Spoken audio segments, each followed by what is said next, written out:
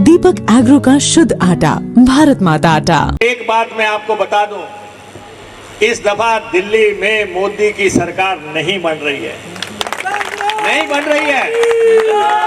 केंद्र में सरकार नहीं बन रही है। किसी झांसे में मत आ जाना, आप अपने राजादे को भेजो। हमारा एमपी क्या था? अब जब हमने शिमला में कंगना जी आई, बम्बे से आई, कहती कि प्रतिभा सिंह को चुनाव लड़ा रहे हैं, कोई और नहीं था। हमने कहा और भी दे देते भाई, आप हुक्म करो। हमने विक्रमादित्य सिंह को दे दिया। अब उस दिन से जो है नींद उड़ी हुई है। अब कह रही कि मैं बॉम्बे नहीं जाऊंगी कभी।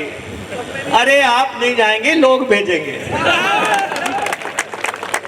ये तो लोग भेजेंगे। फिर हमने दूसरी सीट पे जब सुल्तानपुरी जी को दिया तो कहने लगे ये सीट भी गई। फिर कुछ दिन तक इंतजार करते रहे कि जी कांगड़ा में क्या होगा। जब कांगड़ा में हमने अनंत शर्मा जी को उतारा, इनकी कल्पना से बाहर बात हो गई। अनंत शर्मा जी वो शख्सियत हैं जो 10 साल तक केंद्र में मंत्री रहे और राज्यसभा में उपनेता रहे।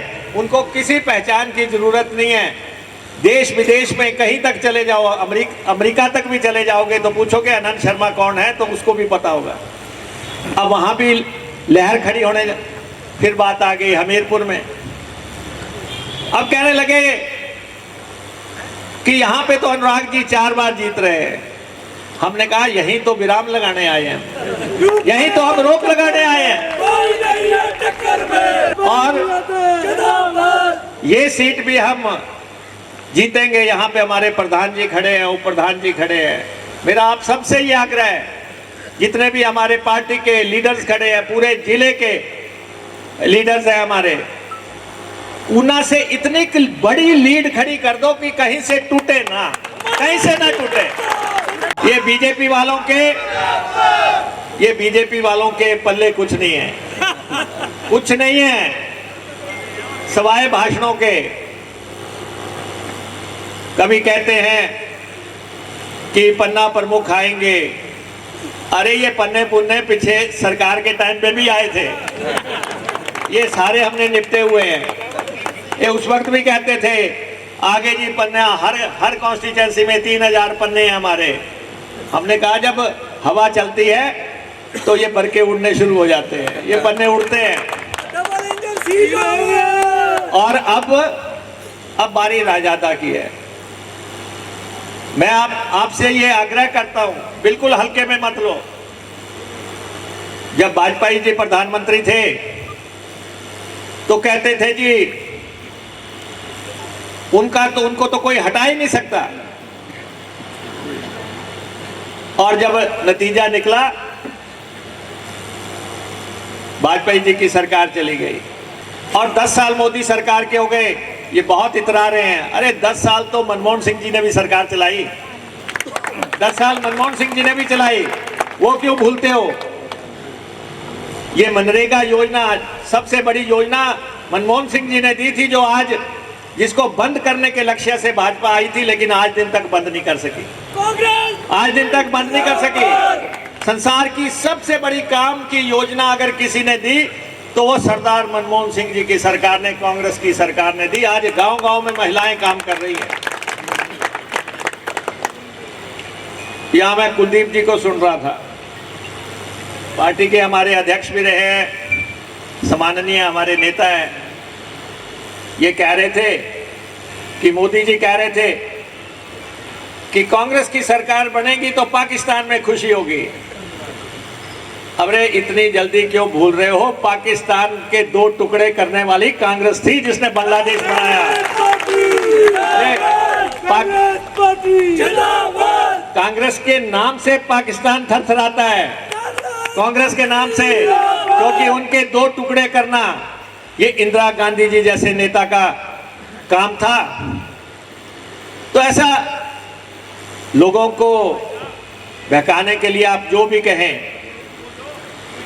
अभी मैं इनके प्रधान जी का, बिंदल जी का भाषण सुन रहा था, तो कह रहे थे कि अमेरिका ने भी कह दिया कि हिंदुस्तान में मोदी की सरकार बनेगी।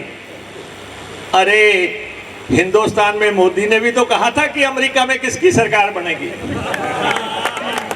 तो वहां किसकी बनी? आपने भी तो वहां की सरकार बनाई थी, वहां तो किसी और की बन गई जाके, जिसका मोदी जी प्रचार कर रहे थे वो सरकार नहीं बनी। तो इसलिए ना तो अमेरिका के कहने पे सरकार बनेगी, यहां सरकार वो बनेगी जो आप बनाएंगे। ये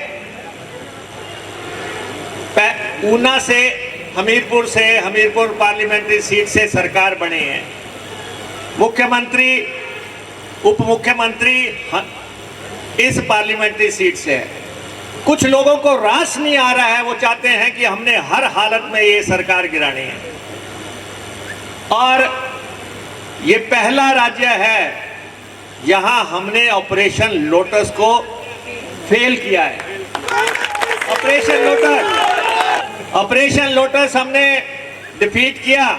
इन्होंने पूरी तैयारी कर ली थी, तैयारी से आए थे और होता वही है जो मंजूर खुदा होता है। लेकिन भाग्य इनके साथ नहीं था, तैयारी इन्होंने पूरी की थी। और अब आप देखो हुआ क्या। इन्होंने कांग्रेस पार्टी के और इंडिपेंडेंट 9 एमएलए तोड़ लिए। अब वो कैसे टूटे कैसे नहीं टूटे मैं इस विवाद में नहीं जाना चाहता, लेकिन आप बताओ, इनका एक एमपी बना राज्यसभा का, बेचारे 9 सड़क पे आ गए। अब मैं आपको बताऊं, चुनाव हो रहे हैं, एक होता है पूर्व, एक होता अपूर्व। ये सब अपूर्व हो जाएंगे। अभी 5-7 दिन में 3 और एक्स हो जाएंगे। जो कह रहे हैं हमारा इस्तीफा स्वीकार करो, भाई उनका भी होना ही चाहिए। जो खुद कह रहे हैं स्वीकार करो, नहीं ऐसा है, घिसने तो पब्लिक ने। तो हमारी सरकार को किसी तरफ से कोई खतरा नहीं है, ये सारे लोग जान लें। और जो लोग हल्की ये जो मचाने की कोशिश कर रहे हैं, जयराम ठाकुर जी कहते हैं 4 तारीख को सरकार बदलेगी। अरे तुम कंगना करते रहो, सरकार नहीं बदली।